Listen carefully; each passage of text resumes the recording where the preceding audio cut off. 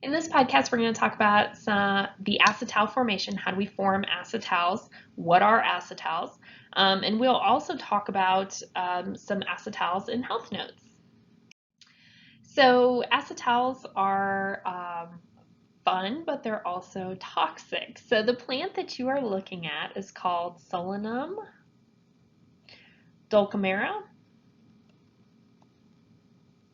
And this has solanin in it, and we will talk about this also in our cyclic acetal podcast as well. But solanin is a toxin that has 3 acetals in it. We're not going to talk about the structure of it right now. You're not responsible for knowing the structure of it. But it's the solanin that makes this particular plant toxic. And that solanin is formed in the leaves. It's also formed on the green spots of the skin of potatoes, which we'll talk about in the next podcast. And solanin for the plant, it's not just trying to kill you. It's a defense against insects and predators. You're a predator of plants, so maybe it is trying to kill you. Be careful what you eat in nature for fear of solanin. All right, I got to preface this slide. The next reactions are going to be challenging. What I want you to focus on, you're never going to have to do this reaction on a test. You do not have to show me that you know how to form a hemiacetal or an acetal.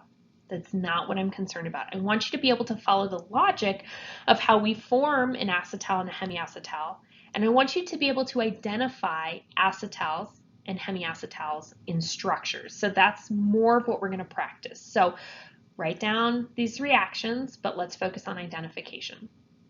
So an acetal formation is an addition reaction with an aldehyde or a ketone. Your aldehyde is going to react with alcohols to first form a hemiacetal. So hemiacetals are unstable. Whoop, it says it right there. They're difficult to isolate.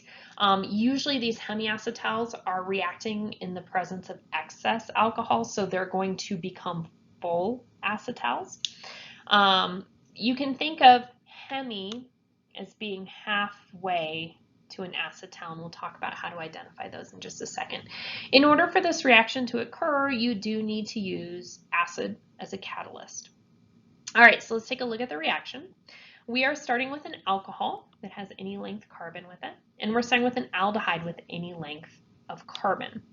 So in an acetal formation, what we're going to do is we are going to break our carbonyl bond, okay?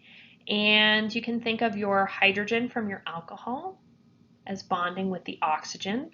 And this part is a little bit tricky, but you're going to take the R group with the oxygen, and the oxygen is going to bond to your carbon. So what you're winding up with, this used to be a part of the alcohol. This hydrogen, okay, is new as well. So this attached to the oxygen that was part of the carbonyl. Now, how do I identify this as being a hemiacetal versus a full acetal? We look at the carbon that was the carbonyl carbon. That carbon is attached to an OH group, and it's attached to an OR group. If you have an OH group attached to that carbon, you can think of it as being a hemiacetal. It's halfway there. It's halfway to an acetal. Let's take a look at a real example. So I'm going to use the highlighter function to kind of highlight where things are coming from and going from. But remember that we are going to split this right here, okay? Your hydrogen is going to go to the oxygen. We've broken one of our carbonyl bonds. And what's left of my alcohol is going to attach to the carbon that is the carbon in the carbonyl. So OCH3 is now attached to what was the carbonyl carbon, and I have formed a hydroxyl group. So again, our carbon of interest is the carbon that was a part of the carbonyl. It now has an OH and an OR. This is considered an OR group. If you have both in OH and in OR group, it is a hemiacetal, not a full acetal. All right, so we looked at how to form a hemiacetal, but as I told you, hemiacetals are unstable. They're difficult to isolate, and typically you wouldn't be able to stop it from forming a full acetal because you have excess alcohol. There's no way to really react one hemiacetal with one single alcohol molecule. So when you have excess alcohol and an acid catalyst, it's going to lead to an acetal, which is a lot more stable. So let's take a look at the reaction. The first part's going to feel the same. We have an alcohol and we have an aldehyde. So again, I want you to think about just the OR portion of this joining the carbon that is involved in the carbonyl. In order for there to be space, you're going to have to remove one of the carbon-oxygen bonds. Okay, so this hydrogen is going to go to the oxygen, and that is going to form a hydroxyl group. So that's what we just formed there. And my alcohol, my OR group, is going to attach to the carbonyl carbon. That is now here. So we have formed a hemiacetal because we have both an OH group and an OR group. In the presence of excess alcohol, you are going to see this happen one more time. So again, we are going to kind of divide our alcohol. We're going to remove the hydrogen. This hydrogen is going to interact with the OH group. Okay, we're going to break our bond with the carbon, and your H and your OH are going to come together to form water as a side product. We have our excess alcohol, our OR group. Okay, so we've removed the OH off of there. Our OR group now is going to make a bond with the carbon that was attached to the hydroxyl group. So we have at the end our OR group. This is the same as what we saw before. Okay. But we are now going to have also a second OR group. So an acetal is going to have no OH group. So this center carbon that we look at that was a part of the carbonyl, this center carbon has two OR groups and no OH. So it is an acetal. You wouldn't say hemi or half. It is a full acetal. So the previous two reactions, we start with an aldehyde and an alcohol, and we form acetals. So we're just going to write ourselves a really quick note that if you start with an aldehyde and alcohol, you're going to form an acetal. But if you start with a ketone and excess alcohol, you're going to form a ketal. Your book does not differentiate between starting with an aldehyde or a ketone and ending with an acetal or a ketal. Your book calls them all acetals. I would like you to be able to differentiate between those, and in this podcast I will help show you how to do that. But let's take a quick look, because this is the same reaction we saw before. We're just starting with different material. We have an alcohol plus a ketone. So here we have a ketone. Okay, your OR group is going to attach to the carbon. Okay, you're going to break one of your carbonyl bonds, you wind up with an OH. So, just highlighting, here's my alcohol.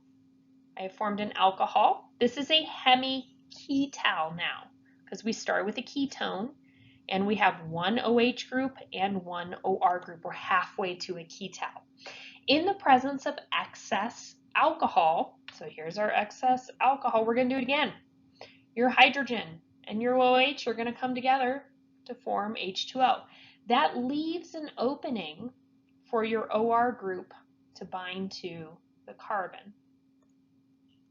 So this OR group now is going to be, we're going to have two OR groups on what was our carbonyl carbon. This is considered a full ketal because you have two OR groups and no OH groups. All right, in this bottom reaction, this is just showing you what it would look like if we took the R groups and we replaced them with carbon chains. So we started with ethanol, okay, and we started with propanone. Okay, well, we're going to add OCH2CH3 and an OH when we break that carbonyl. If we react another ethanol molecule with this, we're going to have two OCH2CH3 groups. So we're going to have two OR groups. It is now considered a ketal. All right, so those reactions are hard. I wanted you to see how we form a hemiacetal or a hemiketal. But what I really need you to be able to do is to recognize, given a particular structure, am I dealing with an acetal or a hemiacetal or a ketal or a hemiketal? So I need you to be able to tell the difference between those. So let's take a look at our first structure. I'm going to look at the carbon that's attached to the two OR groups. So here's my carbon of interest, and it is attached to an OR group here and an OR group here. Okay, ooh, that tells me, I can narrow this down, it is either an acetal or it's a ketal. So next what I have to do is to look at that center carbon again. Is it attached to two R groups, or is it attached to an R group and a hydrogen? It is attached to an R group and a hydrogen. So this came from an aldehyde. The carbonyl was at the end of the chain, so this is an acetal. Looking at our next example, looking at that center carbon, and if you can't find it, look for the oxygens. Okay, find the two oxygens that are attached to a carbon. All right, so I see an OR group here, and I see an OR group here. Well, this sounds the same as the one I just did. So this is either going to be an acetal, there's no hemi, there's no OH on that carbon, or it's going to be a ketal. So what I have to do now is I have to go look at what is attached to the carbon. Here I have an R group. Here I have an R group. It's in the center of a chain, which means this came from a ketone initially. So this is a ketal.